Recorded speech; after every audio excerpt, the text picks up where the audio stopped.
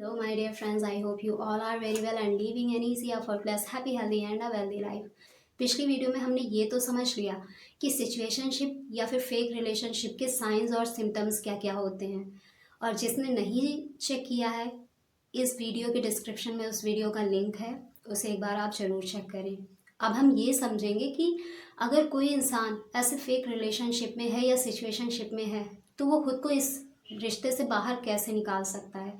क्योंकि ये एक ऐसा दलदल है जिसमें अगर कोई इंसान पड़ा एक बार और ख़ुद को बाहर निकालने की कोशिश नहीं की, जानने के बाद भी, तो कहीं ना कहीं उसकी पूरी लाइफ डिस्ट्रॉय हो जाती है।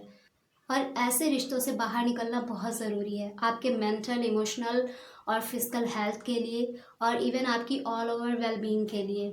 सो चलिए ऐसे कुछ स्टेप्स के बारे में जानते हैं जिसको अगर आपने अपनी लाइफ में इम्प्लीमेंट किया तो ऐसे रिश्ते से आप बाहर निकल सकते हैं। सो इसमें सबसे पहला जो स्टेप होता है वहाँ पर है acceptance of truth. That's mean कि जो सच्चाई है रिश्ते की, जो कुछ भी करंटली रिश्ते में हो रहा है, जो आपको दिख रहा है, जो आपको सुनाई दे रहा है, जो आपको महसूस हो रहा है, उसे एक्सेप्ट करिए। क्योंकि लोग इसी फर्स्ट स्टेप में ही फेल हो जाते हैं। लोगों को हमेशा लगता है कि जो स्टार्टिंग का बबल फेज था, जैसे जब उनका रिश्ता शुरू हुआ था, तो जो वो प्यार था, जो वो एक लगाव था, वो आज भी बना रहेगा। बट ऐसा नहीं होता है, क्योंकि जो रियल लव होता है, जहाँ पर इंटेंशन प्योर होती है, वो समय के साथ घटता नहीं है, वो समय के साथ और ज़्यादा बढ़ता है। सो यहाँ पर आपको सच्चाई को एक्सेप्ट करना है। लोग इस वजह से भी एक्सेप्ट नहीं कर पाते क्योंकि वो इमोशनली और मेंटली दोनों ही तरीके से अपने पार्टनर से इतना ज़्यादा अटैच होते हैं कि उनको लगता है ये पॉसिबल ही नहीं है। सामने चीज़ें दिख रही होती हैं कि हाँ गलत हो रहा है, उनको महसूस होता है, सारी चीज़ें होती हैं, बट स्टिल वही प्रॉब्लम कि ट्रुथ को इंसान एक्सेप्ट नहीं कर पाता। सो सबसे पहला स्टेप है, जो भी आपके रिश्ते की सच्चाई है उसे एक्सेप्ट करिए। जो आपको दिख रहा है, आपको सुनाई दे रहा है, आपको महसूस हो रहा है, जो सच है एक्चुअल में। एंड सेकेंड स्टेप, आपको अपने इमोशंस को, अपने अंदर चल रही भावनाओं को समझना है। अपनी जो एक होता है कि जब ऐसा कुछ हो रहा होता है जहाँ पर हम उलझ जाते हैं। एक तरफ तो हमारा प्यार, हमारा अटैचमेंट, जो हम अपने पार्टनर के साथ अटैच होते हैं, उससे जो इमोशंस आ रहे होते हैं वो हावी होते हैं। दूसरी तरफ हमारी अंतरात्मा हमें बता रही होती है कि कहीं ना कहीं कुछ तो गलत हो रहा है, कुछ सही नहीं है। हम वो भी सुन रहे होते हैं और भीतर एक इमोशंस की वो जो फाइट्स चल रही होती हैं उसमें हम उलझे पड़े रहते हैं और परेशान होते हैं। और ये चीज़ कहीं ना कहीं कई बार कुछ लोगों को तो एंजाइटी, स्ट्रेस जैसे साइकोलॉजिकल डिसऑर्डर से भी ग्रसित कर देती है। सो यहाँ पर क्या करना है कि अपनी भावनाओं को समझना है, खुद के साथ बैठना है, खुद को समझने की कोशिश करना है। और देखिए कि आपकी अंतरात्मा क्या कह रही है, क्योंकि वो जो बाहर के इमोशंस होते हैं, हमारा अटैचमेंट होता है, वो कहीं ना कहीं हमारी अंतरात्मा की आवाज़ को दबा रहा होता है, और जिसके चलते व्यक्ति कोई स्टैंड नहीं ले पाता अपने लिए। सो आपको थोड़ा वक्त निकालना है, अपने साथ स्पेंड करना है, अपनी फीलिंग्स को समझना है, अपनी भावनाओं को समझना है। देखिए कि आप अपने पार्टनर के साथ जब होते हैं तब आपको क्या महसूस होता है। क्या आप सेफ़ और सिक्योर फील करते हैं? क्या आप कंफर्टेबल फील करते हैं? क्या आपको बहुत अच्छा लगता है? क्या आप उस लव को एक्सपीरियंस करते हैं, महसूस करते हैं, जो जिसको जिसकी आपने कल्पना की थी? या फिर जो बबल फेज़ के टाइम था, जब वो स्टार्टिंग का रिलेशनशिप था, क्या आज भी वही फीलिंग्स आती हैं, वही इमोशंस आते हैं?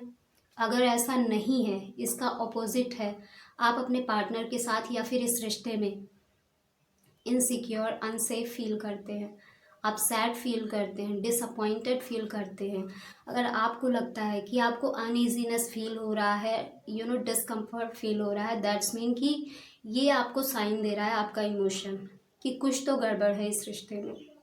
और जब आपको समझ आने लगे अपना इमोशन, उसके बाद आपको नेक्स्ट स्टेप लेना है कि धीरे धीरे करके उस रिश्ते से थोड़ा दूरी बनाइए। जब आप थोड़ा दूरी बनाएंगे तो आपको वक्त मिलेगा खुद को और बेहतर तरीके से समझने के लिए।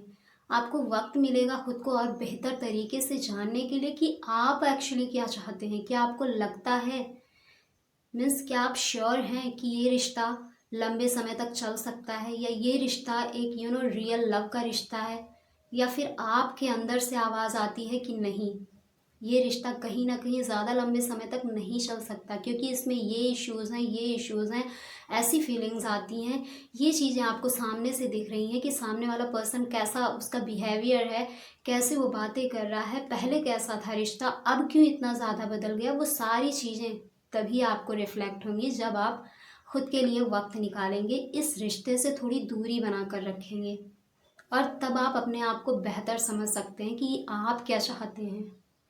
और जब आपको ये चीज़ समझ आ जाए, फाइनली आप अपना माइंडसेट बना लो कि हाँ, इस रिश्ते में रहना है या नहीं रहना है, उसके बाद आपको क्लियरली नेक्स्ट स्टेप में आपको क्लियरली अपने पार्टनर से बात करनी है।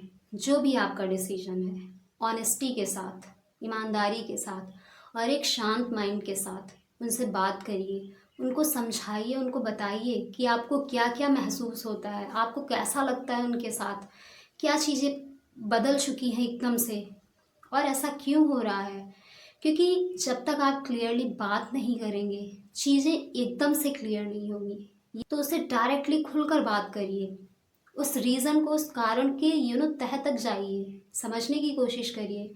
वहाँ पर आपको पूरी क्लियरिटी मिलेगी कि जो आप सोच रहे हैं, समझ रहे हैं, जो महसूस कर रहे हैं, क्या वो सच है या सच कुछ और है। और उस इंसान से भी जानने की कोशिश करिए।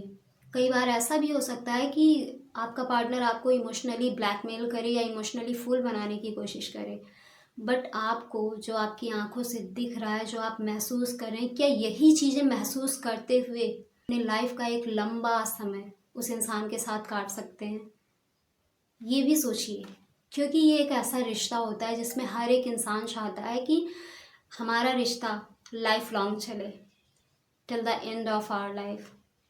बट अगर हर दिन आपको ऐसा ही महसूस होगा तो कितने दिन तक आप इस रिश्ते में रह सकते हैं? क्या ये लॉन्ग लास्टिंग होगा? आई डोंट थिंक कि ऐसा रिश्ता कभी भी लॉन्ग लास्टिंग होता है। सो ध्यान रखिए, बात करिए, और उसके बाद जो स्टैंड लेना है फाइनली ले लीजिए। क्योंकि जितना ज़्यादा वक्त आप ऐसे अटैचमेंट में, ऐसे रिश्ते में देंगे, जितना ज़्यादा आप इसमें इमोशनली, मेंटली इन्वेस्ट करेंगे, फिजिकली इन्वेस्टमेंट करेंगे और इकोनॉमिकली इन्वेस्टमेंट करेंगे, उतना ज़्यादा मुश्किल होगा ऐसे रिश्तों से बाहर निकल पाना। और कई बार होता है कि बाहर निकलने के बाद भी लोग बहुत सारी साइकोलॉजिकल इश्यूज से सफ़र करना शुरू करते हैं। सो अगर माइंडसेट सही बना लिया और सही समय पर बाहर निकल आए तो ये आपकी ओवरऑल वेलबींग के लिए बहुत ही अच्छा होगा। सो इस पर विचार करिए, और आप अगर ऐसा कुछ है आपके साथ तो खुद के लिए स्टैंड लीजिए, खुद पर फोकस करिए, अपनी वेलबींग पर फोकस करिए, अपने काम पर फोकस करिए, अपनी स्किल्स पर फोकस करिए, अपनी लाइफ पर फोकस करिए, खुद के इम्प्रूवमेंट पर फोकस करिए, अपने आप को भीतर से इम्प्रूव करिए, और फिर देखिए लाइफ बहुत अच्छी हो जाती है। सो अब ये आपकी बारी है, आपको क्या करना है ये आपको डिसाइड करना है। So see you in the next video, तब तक के लिए bye bye and take care. Thanks for watching.